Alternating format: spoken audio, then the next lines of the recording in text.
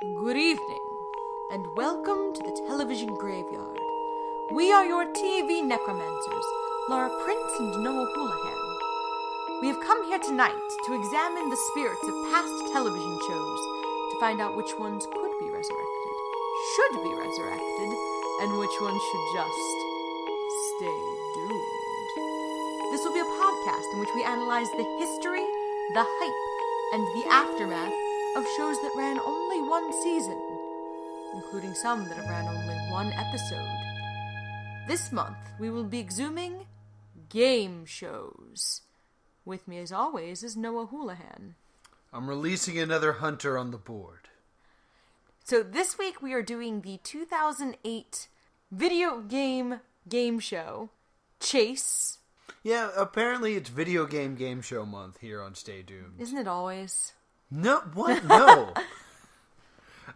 It's the closest you can come to being put into a real-life video game that's not Nick Arcade. Yeah, you started to explain this to me, because this was your idea. This was one you wanted to do.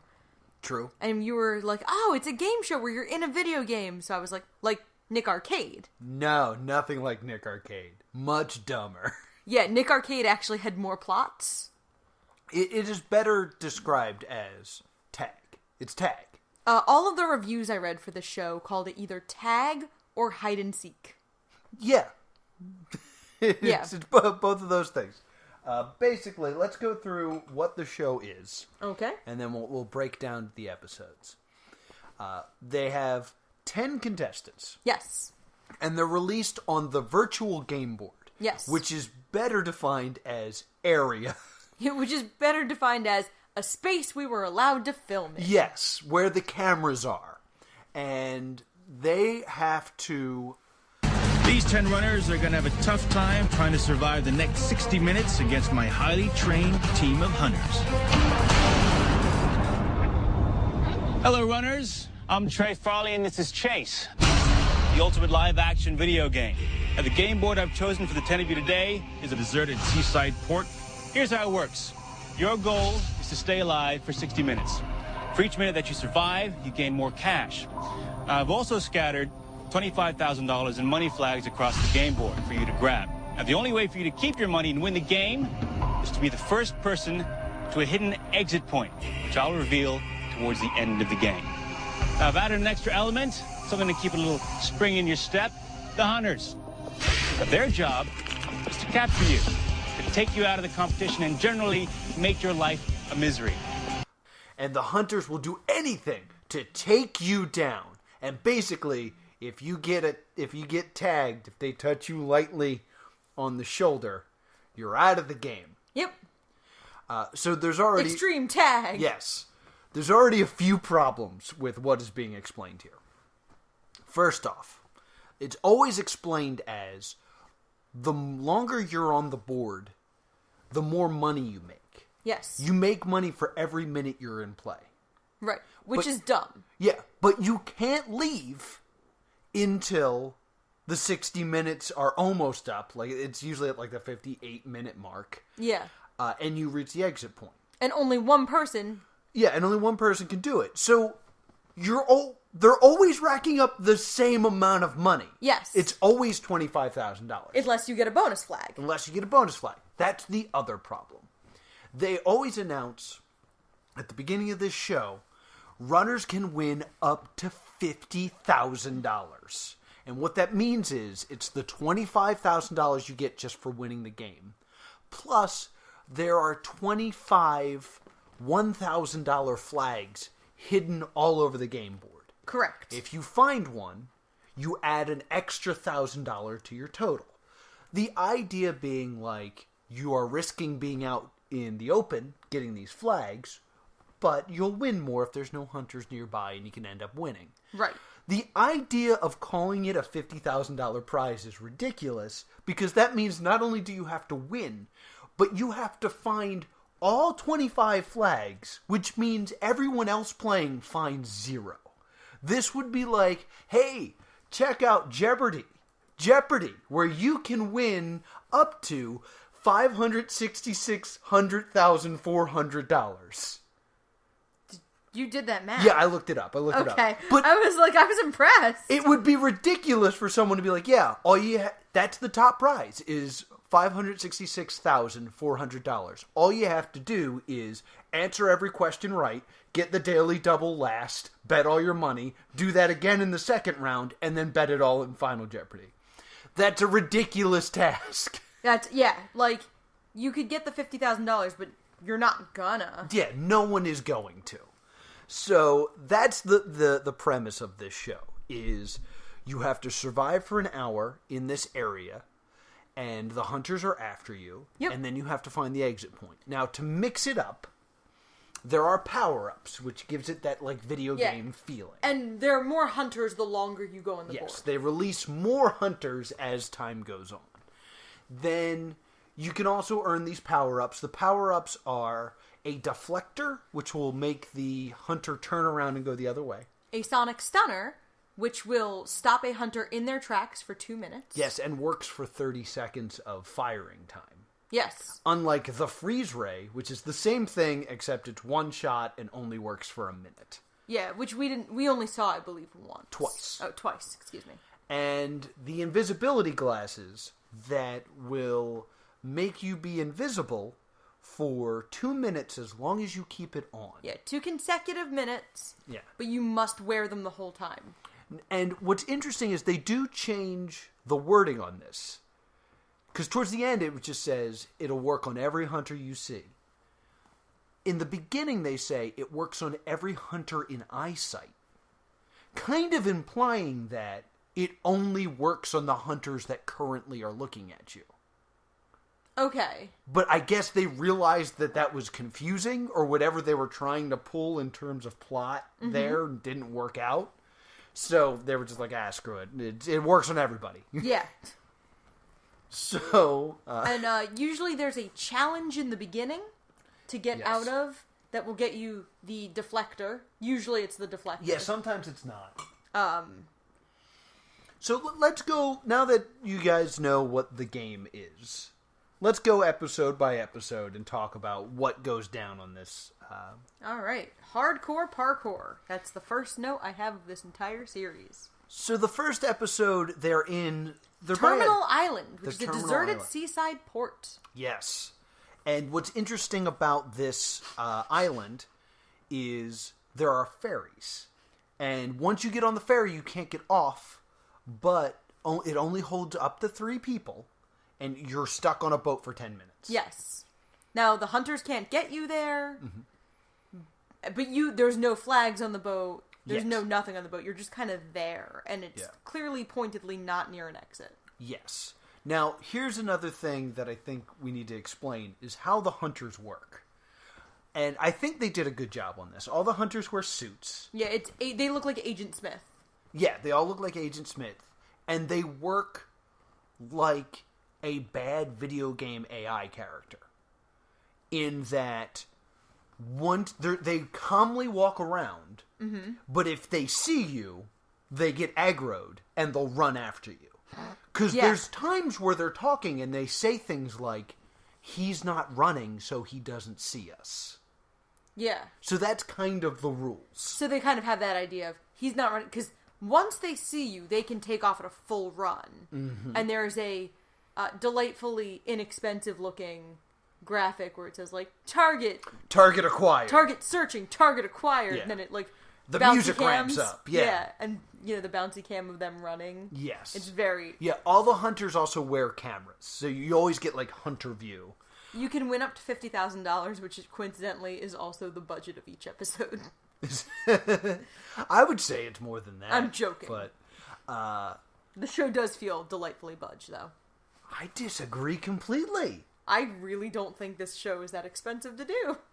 I thought there was a lot of like really good things in this show that I thought would make it more expensive than it. I thought it was a more expensive game show just because it requires so many cameras. Mm-hmm. And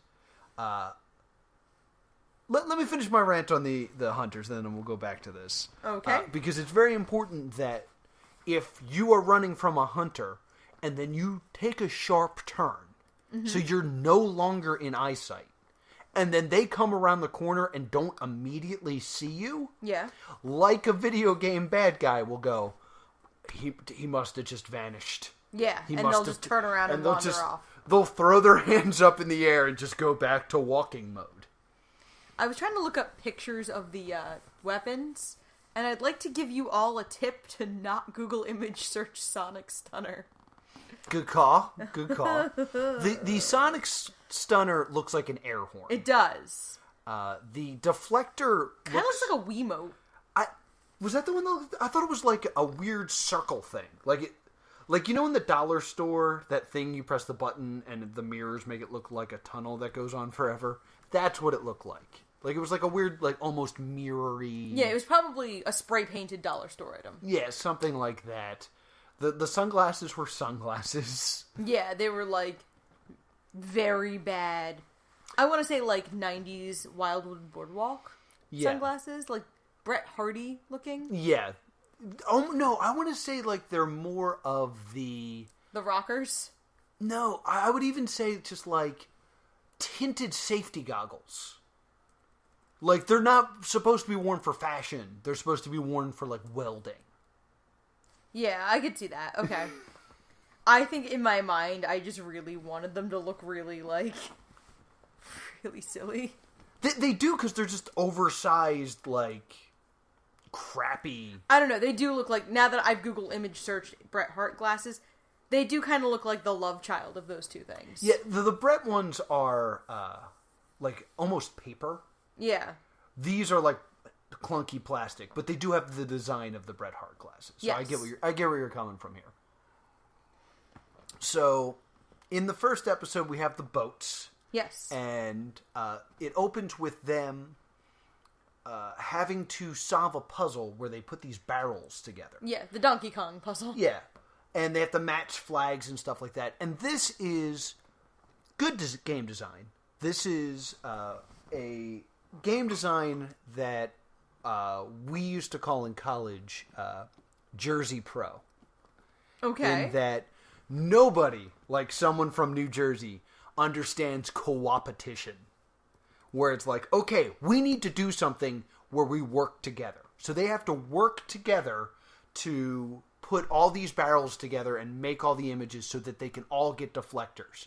The moment that's over... We are not friends. Screw everyone else. And no one does that like Jersey. Yeah, that's true.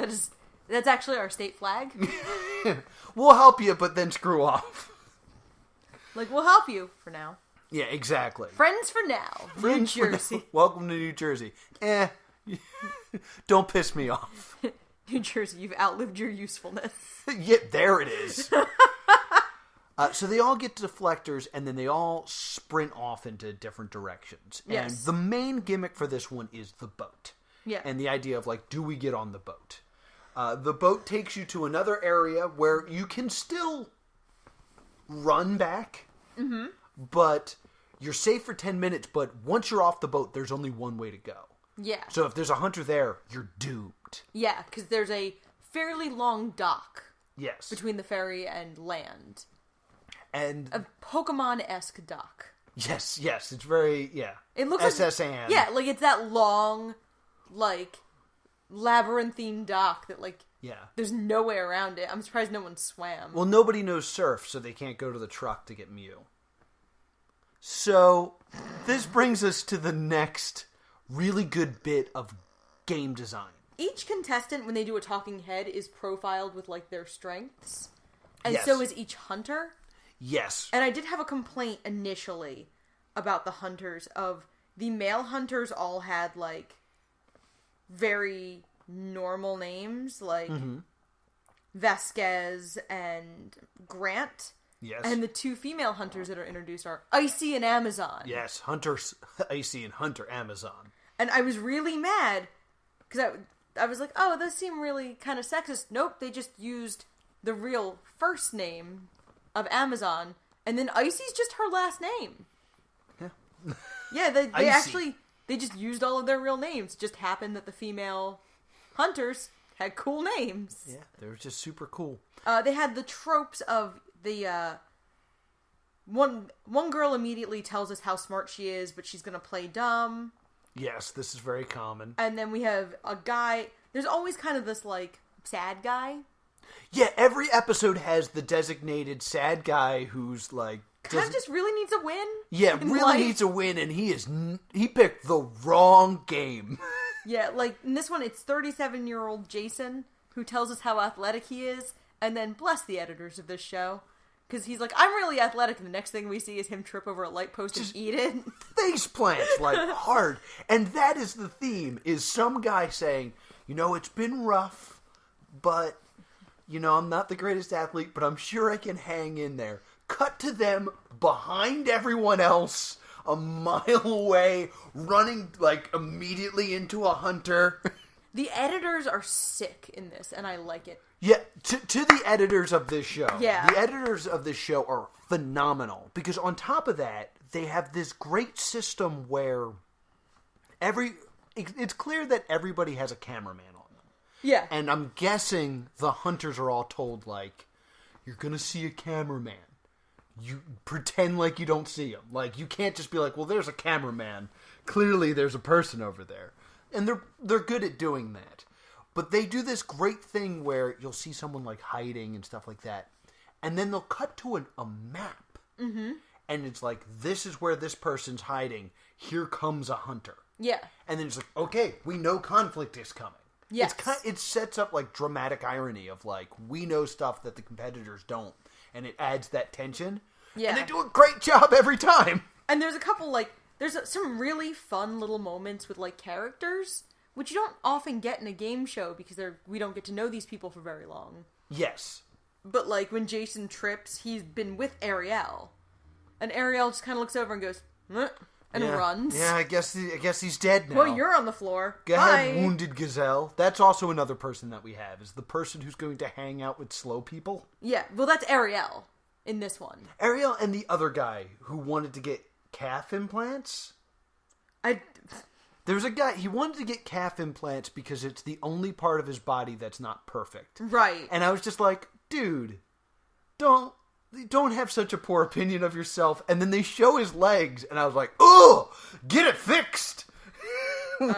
What happened to you? So there's a few moments. There's Brian, who's the self-proclaimed computer geek, who my impression was apparently that he was painfully thin. Yeah, he gets beat up by a gust of wind at one point. Like, no, somebody does get attacked by nature, but it's not him. In my favorite part of this or any show we've watched, Ariel gets attacked by seagulls. Oh yeah, the birds go by. And it has nothing to do with the game, and it's so funny. No, it does. Super good job to the editors, because throughout that episode, there's people hiding, and then a shot of birds scattering, and people going, someone's coming. Yeah. Like, they actually used the birds as, like, an alarm. And whether that actually happened, or if it's just the editors creating that tension, that's awesome. Yeah, I know they do it really well in the second episode. They do the animal thing really well with that one. But yeah. we will get to that. Clevant screws over Computer Geek Brian, because Brian has used his deflector and he begs Clevant for help. Yes. And Clevant's like, well, bye. Yeah, I'm faster than you. Yeah, he does his plan really well. And this is something I wanted to bring up about the hunters really quick. Mm-hmm. Is each hunter has its own skill. There's Hunter Tebow, who's your sprinter. Yes. And then you had Hunter Icy, who was endurance. And then you had the Hunter Amazon, who is speed running. Yeah. What is the difference between speed running and sprinting? I think speed running actually does have a parkour element. Okay, that I can get behind. Oh wait, no, that's free running. Oh, you're thinking of free running? Yes. Yes. So I was like, speed running is sprinting. And I know you're gonna do the research on it real quick, but there's one who's stealth, that he sneaks up on you. There's one that's parkour, so the idea is he'll get around obstacles. And then there's one that's just jumping.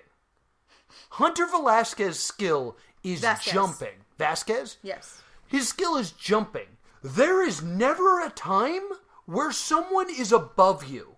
No. Like, there is one map that had an escalator in it, but there is never an opportunity where it's like, we're fine as long as the hunter who can jump doesn't show up. Yeah, and there's 2 speedrunners. There's Amazon and Kim. And we don't see Kim until, like, a couple episodes in, I believe. Okay. There's Agility. Yes. Agility I get, because that means that, like, you can turn corners quickly. Yeah, Agility and Parkour I get. Yeah. And then there's another one that we'll talk about a little later. Okay. Because he's only in 1 episode. Yes, indeed. And just real quick, shout out to Hunter Scott.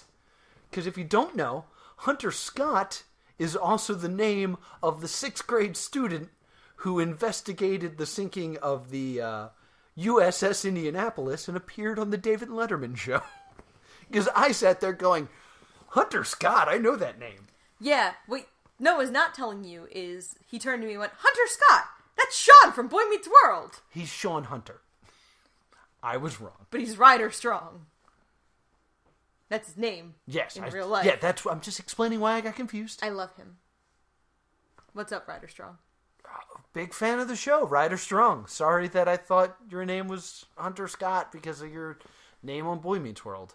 So, we have there's a co-op challenge, usually about halfway through. Yes. In this one, all of their backpacks have, like, for want of a better term, a puzzle piece. Yes. That will deactivate an alarm. Yes, if the alarm goes off, it'll tell the hunters where you are. This is, again, brilliant.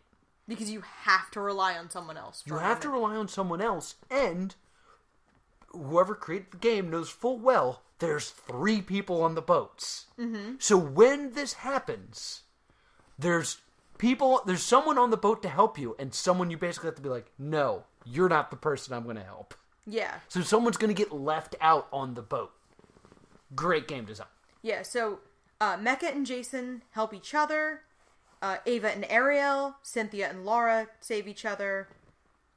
Then the 4th Hunter Amazon's released. And Bill, who has been hiding for most of the game, calls Laura to plead for help. And she goes, well, I'm going to run now. And hangs up on him and flees. Which, again, is, I think, a very interesting concept, is they can call each other. Everyone has a phone at all times to just be like, yo, help. And it's very interesting. They never use this to work as a team. Like, there's never, like, I'm going this way, you go this way, stay on the phone with me, and be my eyes. That never happens. But there is, like, yo, where are you? Help. Yeah. They, now, in the show, a video of Trey Farley, the host, comes up whenever he gives them a message. Yes, Trey Farley. But in the credits of every episode, it does say they were alerted via text message. So there's not this loud video of Trey Farley giving them away. Right. And there's also another interesting... Clevant, Demetrios, and Bill have their alarms go off. And then Clevant complains that America can't hear me talk now. And then they do this every episode about 3/4 of the way through. Trent says that the first person to call and opt out of the game will receive a guaranteed low amount of money. Yes. In this episode, it's $3,000. Yes, $3,000. Which, I guess if, like, you're counting your money earned, you've earned more of that, but at this point, it's the way of earning money is dumb. But it's an interesting idea to be like, I'm guaranteeing you money. Yeah. And for 20 minutes work. $3,000 does not seem like enough, in my opinion. I disagree. It seems like enough because there's never an episode where nobody takes it. Yeah, that's true. That is true. Every episode, someone's like, good enough. Like, true, but $3,000 in the land of game shows is so little. Like, $3,000 is one question on You Don't Know Jack. Yeah. Like, for what you've done, it doesn't seem like enough for you to be like, All right, like, could you imagine someone walking away on Millionaire with $3,000? Like, I'm gonna walk. Well, I think part of it is also that you're 40 minutes in, it's hard. You've probably been chased down by a hunter at least once. Yeah, if you're out of, like, stuff, yeah, like you've used your deflector and stuff like that, it's like, okay, it might be time for me to go. Yeah, I'm gonna just pack it in.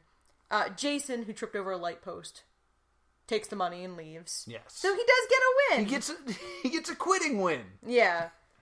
And then they have the Sonic Stunner challenge. And I like this little bit of game theory as well. For this one, you're told of a location you have to get to. Yeah. And when they get there, there's a sign that says, no hunters beyond this point. So you're like, I'm in a safe place. Yes. And then they turn the corner, and there's just a hunter in a shark cage. Yeah. Like, staring you down. It's like, okay, you want that Sonic Stunner, you have to pedal half a mile on a bike. In 5 minutes. Well, you don't have to do it in 5 minutes. It's just in 5 minutes the hunter's being released. Yes, so you have to do it in 5 minutes. Yeah. On top of that, there was only, like, one in each location. Yes, and there was only 3 locations. So, like, if you were with a team and you guys rolled up, it's like, well, who can use the bike the fastest? Yeah. And there's an interesting mechanic of, like, you're going to spend, 2-3 minutes at a full sprint and then go play a game where you're being chased. Yeah. Like, is it worth the energy? Yeah, this one's the physical challenge. Yeah, so there's a lot of, like, interesting gameplay mechanics that you have to consider. So, people get them, though. Yeah. And then a girl gets apprehended right off the boat and goes, you don't have to run, you can just shake my hand. Yeah, there's... Like, she's defeatist about it. Yeah, there's, like, a bit of a surrender. Yeah. Which is crazy because... Well, she's on the dock. Yeah. She literally can't get away. Which was, I guess, like, the best thing for her because earlier, before she got on the boat, she's, like, screaming because she's not in danger. She's just like, the ferry's gone, but it lasted 28 minutes. 28 minutes? Why is the ferry gone? The ferry's not supposed to leave. I want out. Like, she's terrified. Yeah. And then she gets to the other dock and she's like, well, I'm dead. And she just kind of accepts it. This really reads to me in my brain of a video game feeling. Yeah. Because I know I get really scared when I play video games. What? And it's very often that I will enter a new area and be like, okay, it just said saving. I can walk in here, see what's going to kill me, let it kill me so I don't panic, resave, and know what I'm doing going in. Yeah. So that, because there's been studies that, like, dying in video games is more relaxing than playing them. Because it's the release of the tension. It's just like, game over. So, the idea of her being like, alright, I see the person who's going to get me. I am in a situation where I can't win. It's over. I'm actually relaxed now. She also had, like, 10 minutes on the boat to chill. Yeah, right that's before true. this, so, like, she probably had, like, 10 minutes to just calm herself down, to, like, kind of remove herself from the situation and zen out. Yes. And then this is the first time they do the Fortnite mechanic. Yes. And at this point, there are still 6 people remaining, and we're well over halfway through. Right. So, I have this feeling that they were doing too well, there's still too many people left, so they block off half the board. Yeah. Like the Storm in Fortnite. Yeah, like the Storm in Fortnite or Battle Royale. These areas are going to be off limits in 5 minutes. You need to leave them. Yeah. And then the jerk who wants his calf implants gets lost and runs the wrong way and just gets eliminated. Yeah. And then they release the Spotter Hunter. Yes, then we get the Spotter Hunter, which again cracked me up because which hunter is it? Wong? Yes. Yes, it's Hunter Wong is released. And it says Hunter Wong stealth. And then he comes out on a motorcycle. Yeah.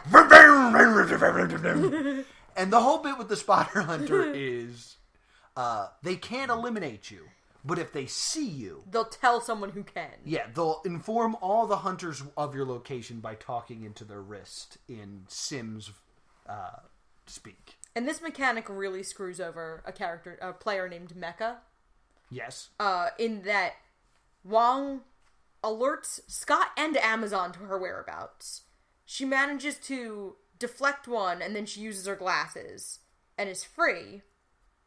The exit point's announced, Wong sees Mecha again, and then Grant just catches her. Yes. So, like, really the only person who gets destroyed in this is her. Yeah. And then, they get to the end point.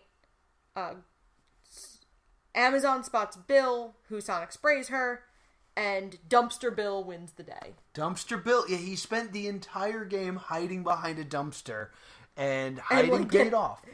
No, he spends it hiding in a dumpster, like, then he's the one who called Laura for help, and she, like, new phone who thised him. Yes. I think he was also the one that begged Clévant for help. He might have been. No, that's Brian. There's literally a part where he's behind a dumpster, moving the dumpster like he's in a Bugs Bunny cartoon. Yeah. And it works. So he ends up winning the $25,000, and he gets to leave on a boat with our host. And he's going to use the money on a down payment for a home for his wife and children, which is nice. Very nice. And then there's one of these stock characters they have is the slightly older player who's like in their early 40s. And in this one, she's just proud that she endured the whole hour. Well, what she actually says kind of makes me laugh. Yeah. Because what she actually says is, I didn't think I would care, and I do. I do. Because you know what? I made it for the full hour.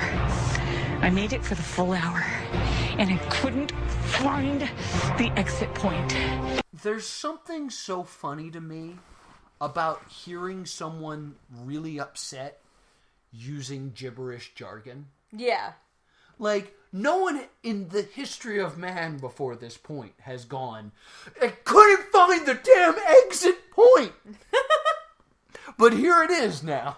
Then we get to episode 2. Now, I think now that we've given you guys a full rundown of what an episode of this looks like, We can be shorter. we're going to be shorter with these, with the recaps moving forward. Episode 2 takes place on, like, a nature reserve. Yeah, now it's Green Week. Yes, it's Green Week, which they push. So it's in, like, a botanical garden. Yes, and with this one, like, every once in a while, it almost seems like the cameramen get bored, because someone will be, like, doing something, and they'll be like, look, a deer! And they'll just suddenly turn and look at a doe. Yeah, so in this one, the two teams are in cages, and they have to get out of the cages, and one cage is really... The second cage gets the deflectors, and then, like, one cage just has a hard time. Yes. And two characters, Diane and Lucy, just don't get them. Yeah, because the way this works is, if you're the first team to escape the cage, there's a bag of deflectors, and you each get one. Yeah. If you're the second team... They're hidden. They're hidden around, and you can try to find them. But the hunters are coming. Yeah. So choose wisely. Now, I will say this. This is the first episode where I'm like, oh, this show is weird to women. Yes. Because there's a douchebag who's just kind of like, all the women here are just eye candy for the athletes around here. I'm like, man, what a jerk. But it did make me realize all the women are in shorts and tank tops. Yeah. And all the men are in pants. Yeah. Which, you might be thinking, I'm not, like, worried about, like, the temperature or anything like that. But if you're hiding and you're on your knees... Yeah. That sucks in shorts. Yeah. And it's clear to me that this is producers. It's not like this is what people rolled up in. But there are men in jeans. Yeah.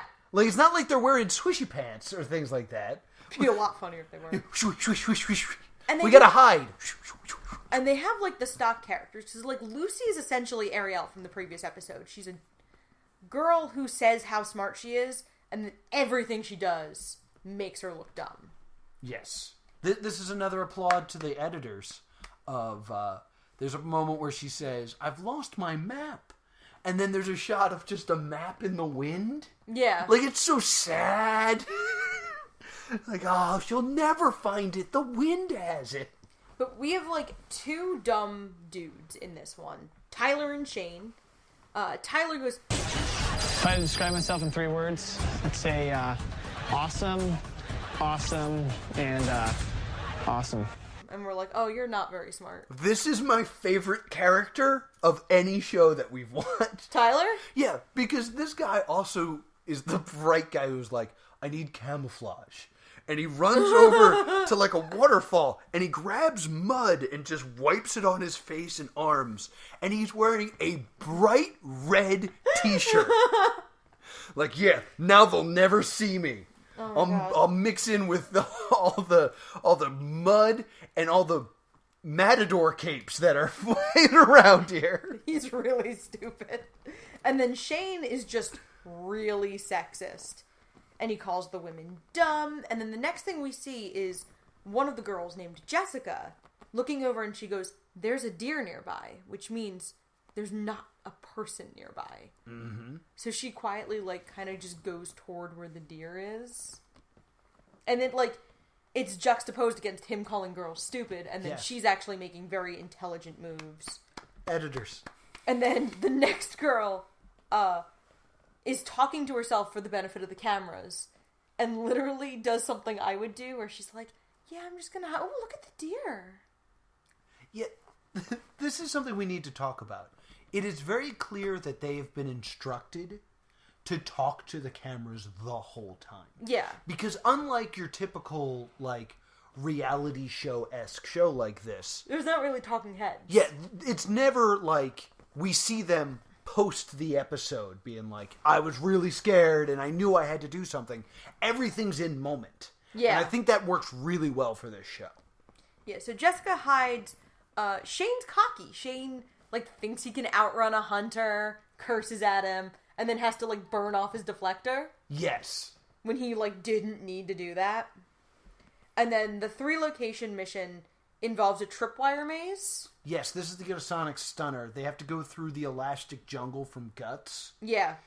But some of the wires will set off alarms. Which is not good when you're hiding from hunters. Yeah, and then Diane gets one, and so does Dumb Tyler. No one gets the third one. And then Shane is the first eliminated, the sexist guy.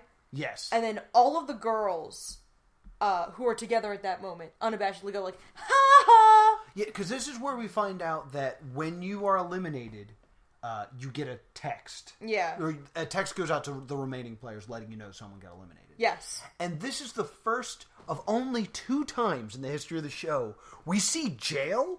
Yeah. Which is where the captured competitors go, and it's just Shane just being pissed. Yeah. Because he's a man and he shouldn't have gotten caught. Yeah. The girls absolutely have no chance of winning. Definitely some eye candy in the bunch, but absolutely no speed or brains. Shane was the first one eliminated. Oh, yeah! That just goes to show you your karma comes back to you. Yeah, and Shane was the one saying, oh, the girls are eye candy. Oh, he's like third in the competition. First one out. Like I said, in my notes it says, the girls unabashedly celebrate his elimination, and I can't say I blame them. And then my next one is Tyler is covered in dirt but calls other people dumb. Yes. So this one is, the main focus is they're outside. There is one really great moment where someone is running and he, like, finds this, like, weird area where it's just covered in rocks. Mm-hmm. And he falls over and just bails. And the hunter walks up and just stares at him as he just continually is just falling in these rocks, as if to say, I'm not going in those rocks. You come out once you learn how to walk again, baby deer. And then I'll get you. And then he's like, all right, solid ground. The hunter's like, nope, gotcha. Yeah. Which is pretty funny. Mm-hmm. Diane gets a map when Lucy drops out. This is like a real big swear episode. Yeah. Everybody swears a lot. And then this is the first weird ending. Yes, the ending of this one is so strange, it's suspicious. Yes. Because the end of this one is you have to go through a gate. Yeah, the end point is to go through a gate. And Diane and Tyler, Camo Guy and the girl who gets the map and gets the Sonic Stunner, are neck and neck. he reaches the gate first. Yes. And touches the gate. Nothing happened. Diane pushes through the gate. Yeah. And wins. And yes. And when I watched the show live. Yes. When I watched it the first time, I thought what happened was Tyler hit the gate and his door was locked. Yeah. And then, I'm sorry, what's the girl's name? Diane. Diane hits the gate and her door's open and gets through. Yeah, like... However, if you watch it, Tyler just hits the gate and it opens a little. Yeah. And he just stands there like an idiot. Yeah. And then she gets through and there's our host with like a cool car. And there's a little bit of like, you just won. How about a hug? You want to get in my cool car? Yeah. And like, I think she's a single mom. Yeah. And like, she's a very attractive single mom. I called her Foxface from the Hunger Games. Because she didn't really do a lot of confrontation. She did a lot of hiding, a lot of outwitting. Well, I think she's also part of the collective that she loses her map and then she asks to see someone else's. Yeah, and then a hunter shows up and she's like, gotta go! Yeah, she like... Oh, whose map does she steal? It's the guy who falls on the rocks. I forget his name. I want to say it's like Duran. I can't find it in my notes. Daryl. I feel like it's a D name with double letters involved. Yeah, I can't find him. I can't find when she steals it. But it's pretty funny. Yeah, it's cool to see like little moments like that. Because it feels very like Hunger Games. Like, was that on purpose? Darren's the next episode. Ah, okay, that's what I was probably thinking of. Yeah. But it's interesting to see things like, was that on purpose? Mm-hmm. Like, was that her being smart? Was that her being lucky? Was that her being malicious? We don't know. It's just a moment in time. That's kind of cool. Yeah. And, like, it also makes a better TV show for her to win than Tyler, who's an idiot. Right. So, like, part of you wonders, was this something of an intervention? They do have a thing at the end of each show, like a disclaimer. Right. That says that they received it through text message and things like that, yeah. Most of them don't have anything necessarily related to actual gameplay. Right. Until our next episode. Yes. Our next episode takes place on the Universal Studios backlot in Universal Studios, Florida, where many major motion pictures have been filmed. Yep. And I yelled, bullshit! No way! How many major motion pictures were filmed in... Tons. Really? Because before you reveal it, the reason I say that is I know that was a claim that they made about Universal Studios Florida. And the only real movie that was filmed in Universal Studios Florida is Ernest Saves Christmas. So I was imagining that this had a similar movie hit. But if I'm wrong, I'm wrong. Tell me I'm wrong. Apollo 13. What? Beethoven. Beverly Hills Cop 3. Okay, that's a big deal. The Blues Brothers. Okay, I'm sorry. Casper. Oh. Castaway. Really? The Color Purple. Oh, wow. Dracula, 1931 edition. Okay. Earthquake, 1974. Gremlins. Gremlins? The Grinch Who Stole Christmas. What? The 2001 with Jim Carrey. I know. The Home Alone 2, Lost in New York. That's so far from New York. I think interior scenes. Okay. Jurassic Park. Wow. Mission Impossible 3. Meh. Newsies. Pirates of the Caribbean series. The 1960s Psycho. Wow. To Kill a Mockingbird. The Wizard. The Wizard? And last and most importantly, Back to the Future. Get out! Oh, look! Oh. I looked this up, and obviously it's in alphabetical order. So when I saw Back to the Future, I was like, Noah's going to be so mad. That's crazy. Because you were so cynical about it. All right, I apologize to the backstage of the Universal City. And, like, that's not a complete list. I just read off a few, because if I read the complete list, we'd be here for all day. All right, my bad. So, in any case, the layout for this one, there's like an Old West area.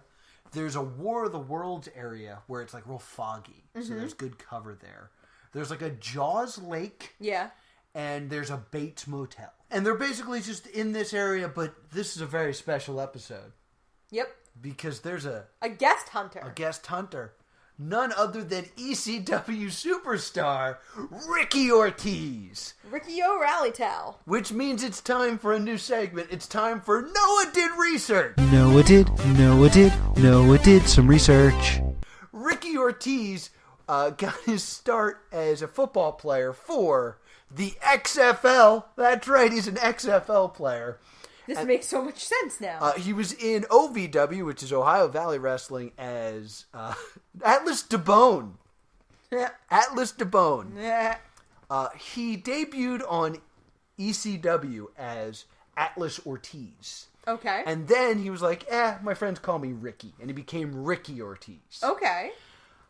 Ricky Ortiz sucked.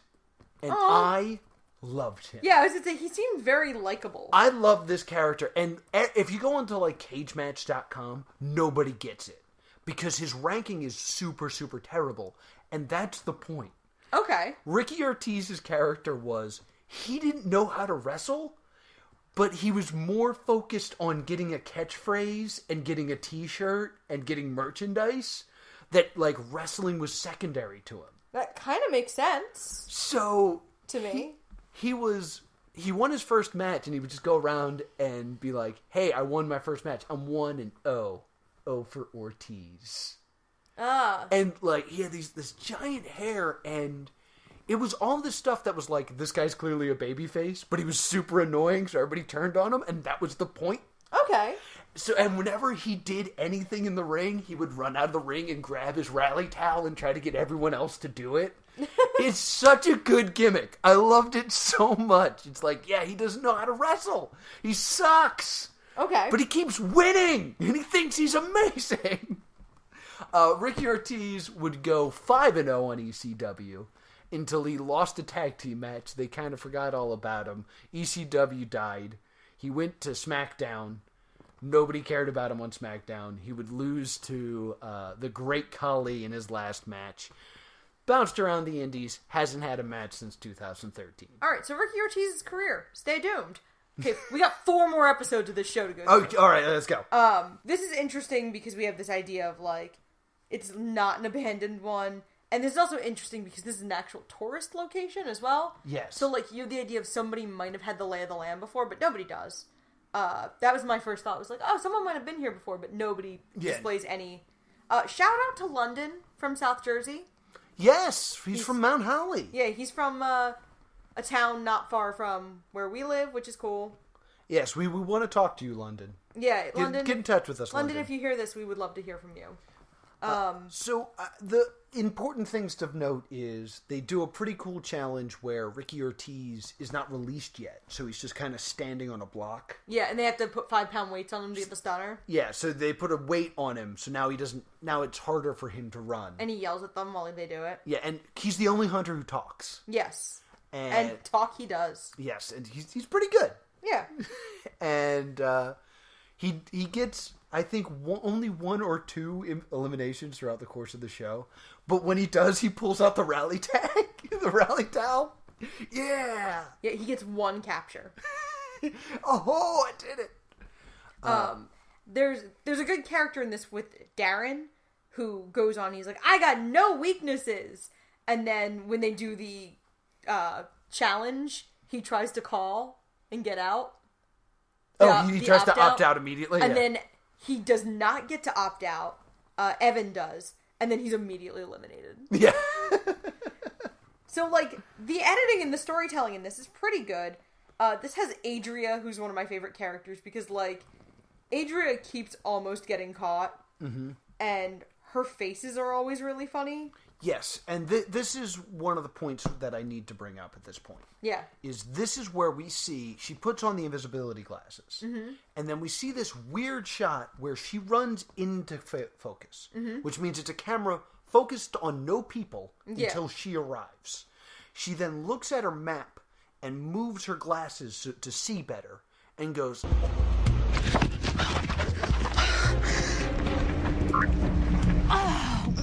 2 minutes wasn't enough! Too bad Adria took off her glasses early. Now they're useless.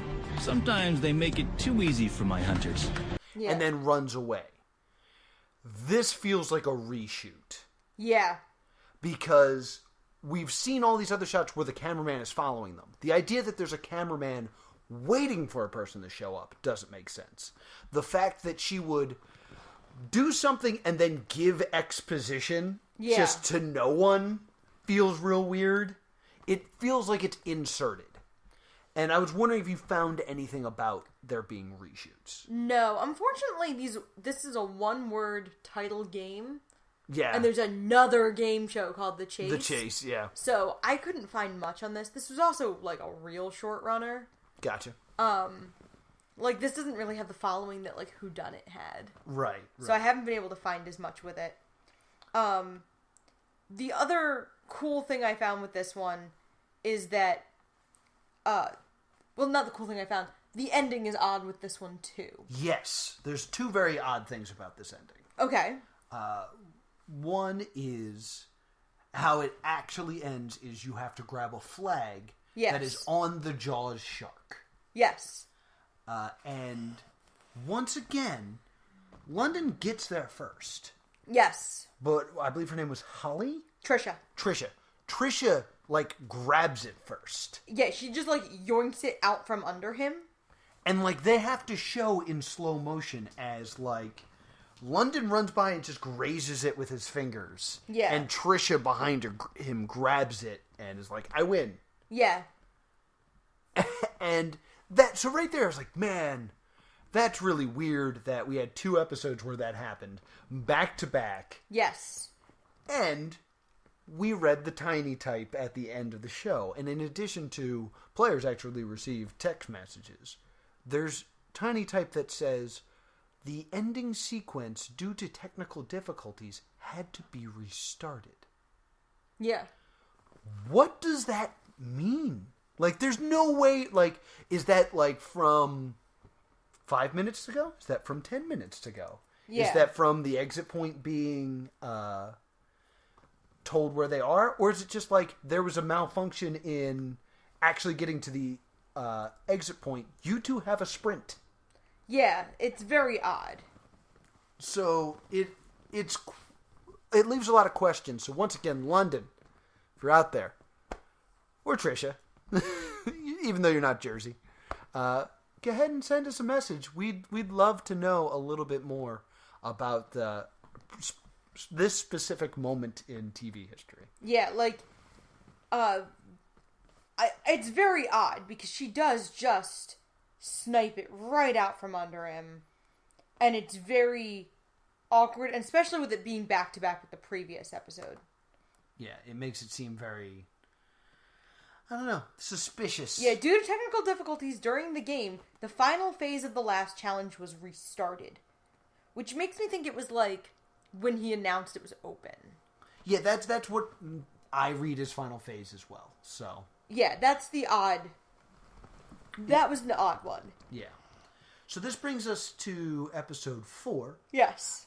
Which is really, really weird. Yes. This one takes place in the warehouse district of LA in public. Yes. With, like, just people standing around. During full daylight. And it's very clear that they made rules that you can only cross the street at a crosswalk.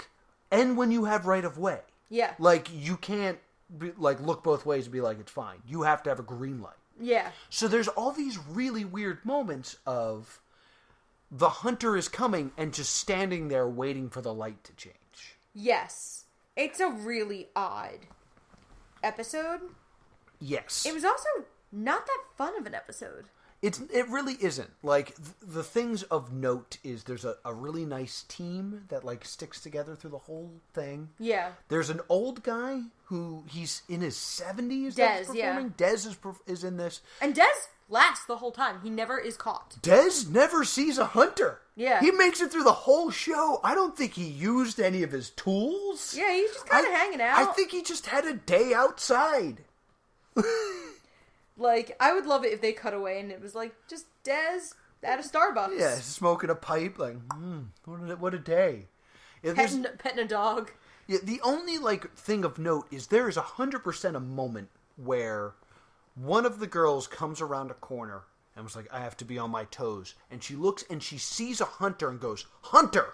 And does a 180 and runs the other way past a woman who then becomes terrified. Yeah, Brianna. Because this tiny woman is suddenly fleeing for her life. And she's like, well, I guess I should run too. Yeah, she's fleeing. And then to be fair, if you see a hunter in public and you see a girl running from him, the hunters do look, admittedly, like they would be very daunting to see in public. They're very intimidating folk. Yeah. Because my thought would be, why didn't no one step in at one point? Because, I mean, granted, I guess you could be like, I guess they're police because they're so nicely dressed. But, I could totally imagine woman goes by, man runs by chasing, man gets attacked. Yeah, leave that woman alone. I might have tripped him. Yeah. If I'm walking down the streets in Philadelphia and I see a young woman see a man cry out, turn in the other direction and haul it, and then this guy who was previously just walking down the street breaking out into a run, I might make his life a little harder. I might just try to get in his way somehow, or... There is an element of, I think if I was in public, the first thing that would stand out to me as, hey, this is weird, is man with camera. Yeah, true. But if I don't see that, you're going to activate fight or flight in people, and you don't want to do that. It's also LA, and they might be, just significantly more used to it. I guess. People film here, whatever. It's just, the whole thing feels kind of weird. A jerk wins this one. Yeah. This show was a standout for not being a standout. The first 3 episodes are pretty good and pretty fun. Mm-hmm. There's very much a decline in quality. Rapid decline, and which is hard because it's 6 episodes. Yes. Because the next one is we go to... The next 2 are gimmick episodes. Yeah, it's the beauties versus the brains, which is a battle of 5 models and 5 dorky waiters. 5 models is incorrect. It's 5 attractive women with various jobs, including a nursing student, right? An attorney. And one was an attorney? I don't remember that one. Yeah, Bernadette's an attorney. And an interior designer. And meanwhile, the quote-quote brains are a comedian/waiter, a server's assistant, an office manager, and a voiceover artist, which also means a waiter. Yeah, this all means waiter. Yeah, no, office manager's a job. But you kind of get this idea of, these people, these brains that they've lined up are just... awkward folk. Yeah, physically not fit, dweeby-looking guys. Yes. And the beauties who are supposed to not be intelligent are just good-looking girls. Yeah. And there is one that's, especially dumb. Yeah. But, other than that, it's just, it doesn't feel like they're accomplishing the goal that they want. And this game takes place at City Walk and parts of Universal Studios. At night. At night. Clearly at 3 or 4 in the morning, because City Walk is open, and City Walk's like a bar district. It's open till 1, 2 in the morning. Yeah, and this is where we see, it had to be super late, because no one's smart. Because it opened with them having to chisel through a block of ice to get a freeze gun. Yeah. And then we see nobody use it. Everyone just gets captured and forgets that they have these things. Yeah. Probably because they're sleep deprived. Yeah, one guy steals another guy's ray. Brittany methodically chisels through. She's the nursing student. She bails on everybody. Yes. Because we talked about how Whodunit had the ice chip. Yes, thing. yeah. Because it's just a good way to tire someone out and make their life hard. Mm-hmm. Nikki was the one who we listed as being especially dumb. And all of the girls had the same plan initially, which was get the boys on my side and then betray the boys. Mm-hmm. But then they, like, all realized it, so then all the girls teamed up. Yes. Except for Brittany, who betrayed all the girls, and is one of the first people eliminated. Yes. She's the second person overall, first girl. And the other girls are sorry, not sorry. Yeah. And this is also the one where, if you want to get your invisibility glasses, yeah, in your backpack that you're forced to wear are handcuffs. Handcuff yourself to a member of the opposite gender. Yeah. And after 5 minutes, you'll get your glasses. This would be an interesting and fun game mechanic if it was on any other episode. Yeah. But for this one, it's clearly just be like, oh, the poor nerdy guy doesn't know how to handle being near the attractive woman. Yeah. Blah. Just get this crap out of my game show. Yeah. Out of my fake video game.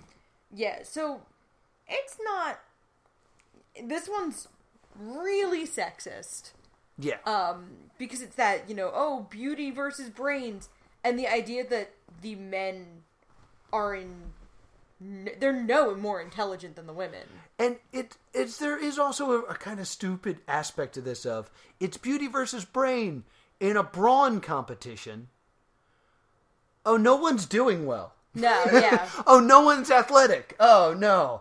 Because this is the first time where we get to the exit point, and there's one person left. Yeah. There's one person left who's been cleaning up. He's got 10 grand extra. 60 minutes are up, and nobody has found the exit point. No, God! I just ran out of time. It sucks so much because I was finding so many of these cash flags. Oh, that would have been 10 grand more, 35 grand total if I would have won. Oh. What did you say? The game's over. Nobody won. Oh, I'm never going to live this down.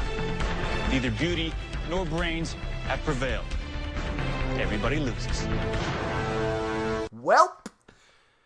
Nobody wins. He was disappointed. Yeah. The only person who wins money is Nikki. Who opted out. Who was the one who was, like, especially kind of dumb. And she opts out, wins money, and ultimately is the only member of the 10 to go home with anything. But we do get that amazing shot of jail where everyone's now in jail together. Yeah. And it's just like, hey, nobody won. Yeah. Just get a text, nobody won. Oh, well, okay. Womp. And then the final episode, which we are going to spend almost no time on. Because it was Because it's a incredibly... garbage episode. It's really boring. Well, I'm going to explain why. Okay. The episode is the gimmick is it's sets of twins. Yes. Now, only one person can win, but it's sets of twins. So the idea is kind of like, will anyone betray their twin for money? Blah, blah, blah. The answer to that question is no, they're twins. Yeah. But what ends up happening is we see a large team form for the first time. Yes. We actually have a team of 6 at one point. And it's like, listen, we're going to cycle out weapons. Mm-hmm. So we'll all take turns. And then at the end, we'll split up. Yeah. And throughout the series, there's this kind of through line of, is it smarter to be alone? Or is it smarter to be with someone else? And we see it like, sometimes the person in the pair wins. Sometimes the person on their own wins. It's really debatable. Yeah. In this one, it's painfully obvious. Oh, you all stick together. Yeah. Because one, yes, everyone has the weapons. And there is that element of like, are you trying to just not use yours and force someone else to use theirs? Stuff like that. But the main aspect of it is, there's only one area where there's people. Mm-hmm. So the hunters don't find anybody. Yeah. If you're spread out, there's more ways for them to find you. But if you're in one group, you're like, okay, the hunters aren't in this area. This is where we are fine. Yeah. So that's why this episode is so boring. The only real thing of note in this episode is... It's also in public. It's in public. And once again, there's that rule with the lights. And this is also the only other game where they do the part of the board is closing. Yeah, the Fortnite game. And 2 people lose because the light's red. Yes. They're standing at a crosswalk like, come on, we gotta go, come on, we gotta go. Ah, we're out of time. Which is either super shitty for a game show to pull, or 2, a reshoot. Yeah. Because I could totally see them being like, oh, we'll make it look like it was just seconds, instead of it being them completely on the other side of the map. Yeah, like in this one, it was... The hunters don't get anybody in this episode. Really? Yeah, it's just the 2 that get... 2 guys get DQ'd and one of the girls takes the money. Yeah. That's interesting. So I think there's definitely an element with this show that they started with not their best episode, but a good episode. Yeah. And then I think their best episodes are 2 and 3. I agree. And then they're like, all right, well then peter out. Because if these episodes are earlier, people are going to just drop off immediately. Yeah. But if these episodes are later, maybe they'll already be invested. Yeah, I agree. Like, there's also the problem of, like, Trey Farley is not terribly, what's the word I'm looking for? Charismatic? Who is Trey Farley? Who is this man? He's from Bend It, he's best known for Bend It Like Beckham? The soccer movie? Yes. So he's an actor? Yeah. He's an actor? Like, I thought for sure you were going to be like, oh, he's a snowboarder. No. He does a sport and does not talk like into a camera. He might have been, like, kind of a soccer player, because he was in Bend It Like Beckham. Yeah, okay. But his IMDb page didn't have a whole lot. Alright, interesting. Yeah, so that was Chase. Yeah. On the Sci-Fi Network. Any interesting bits of trivia that you didn't bring up yet? This show was never actually canceled. What? It was never officially canceled. It just ran at 6 episodes and just never came back. Oh. So it was a mini-series. Essentially. It's based off a Japanese game show called Run Money. Okay, that makes a lot of sense for what Sci-Fi usually puts out. Yeah, and it ran in 2008. We're actually, like, this will come out right around the 10th anniversary of it running. Because Which we did on purpose, because we're good at our jobs. Yeah, it ran from November 11th to December 16th. This episode will drop on December 10th, which is, like, squat in the middle of that. Right, yeah. Yeah, the anniversary of the Brains versus Beauty episode. Perfect. Which, you know, ugh. I will say this. Since we're watching DirecTV rips, yeah, there were bugs at the bottom for A State of Panic. Yes. Which is another sci-fi game show that I also loved. And I was like, that's what we should have done. That show was great. Yeah, I actually... That was a Jigsaw-based game show. Yeah, it ran right about the same time. Yeah. Because this is right around when I was watching a lot of Sci-Fi Channel, because ECW ran on Sci-Fi. So I was getting a lot of sci-fi advertising, so I was watching a lot of sci-fi shows. Yeah, and the reception to this show, they kind of seemed to run their... They tended to run their reviews of A State of Panic and Chase together. Yes. A State of Panic got considerably better reviews. I couldn't remember the name of it. We should have watched it. I mean, we still can. We still can. We still do this show. Yeah, I mean, we do have that 5th episode. Yeah, I think I know what we're doing for our 5th episode. Okay, I don't know yet. So, if you have nothing else in terms of trivia, we gotta ask the question. Should the show stay doomed? Yes. Yes, really. Yeah, this is a hard stay doomed. Really hard stay doomed. I feel like this is like a game over to me, where you'd have to do so much to retool the show that you don't need the branding of this crappy show. Did you not enjoy this show? I enjoyed episodes 1, 2, and 3, roughly, of the show. Okay. But you do have to keep switching up the locations, which means you have to keep finding locations. Right. And I felt like we spent 2 in the warehouse district in this 6-episode run. Right. They'd have to get a little more creative with their casting, because I do feel like they had archetypes. Yes. And I don't think that was a great move, because, like, by episode 3, I'd be like, oh, this is the same girl, essentially, as Ariel or as Nikki. Mm-hmm. There was always an older person, a dumb girl who told you she was smart, and a misogynist guy. Yeah, my feeling towards this is I felt like this whole season is a pilot. Okay. Because the things it's trying to show off make it feel more like a pilot. Because it's trying to get across like, yo, we could do a different location every time. There's going to be different elements that make every episode feel unique. We can do gimmicks. We can do different power-ups. Yeah. Like, the whole thing seems like proof of concept. Okay. Like, it's not just, hey, we have this location where we can play this game. It's like, we can play this anywhere. It can be anything. Yeah. But the idea is simple enough that anyone will understand it. They needed to recast the host real bad. Yeah, the host is terrible. Yeah. However, in watching it, I had so many moments where I'm like, idiot, what are you doing? That if this came back to another season and people who had watched this show were on it, we would have people who have figured it out. I don't know the exact way to game this system. Okay. But there's definitely a clear solution to winning. And based on what I saw, I would guess the clear solution to winning is stay as a group.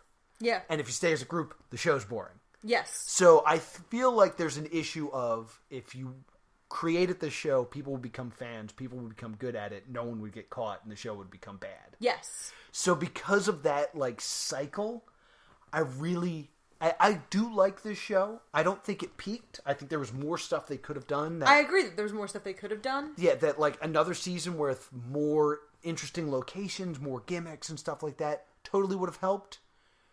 I don't know how much more life it is in there. I don't think there's another season in it. Yeah. So I'm going to go ahead and say stay doomed as well. But it's more reluctant, and I was on the fence about it. Yeah. So what are we doing next week, champ? Next week, we're going to MTV. Ooh. We are watching the Chris Hardwick hosted... Single It Out ran for more than one season. No. Trashed. He did more than one game show on MTV? Yes, he did. Oh my god. This one has Doug Benson in it as well. And when I say he did more than one game show, I mean that this show lasts an episode. Oh, great. So we'll be watching Trashed. Be sure to check the links below if you want to watch before you listen next week. That is your homework assignment. Yeah. Where can people find us? You can email us at thestaydoomedshow@gmail.com or Twitter or Facebook @staydoomed. And if you want to talk to me about A State of Panic and how cool that show was, because I don't think we're going to be doing it this month, I'm at TV's Noah on the Twitters. If you happen to be right or strong, I am at Priorities. Until next time, stay doomed.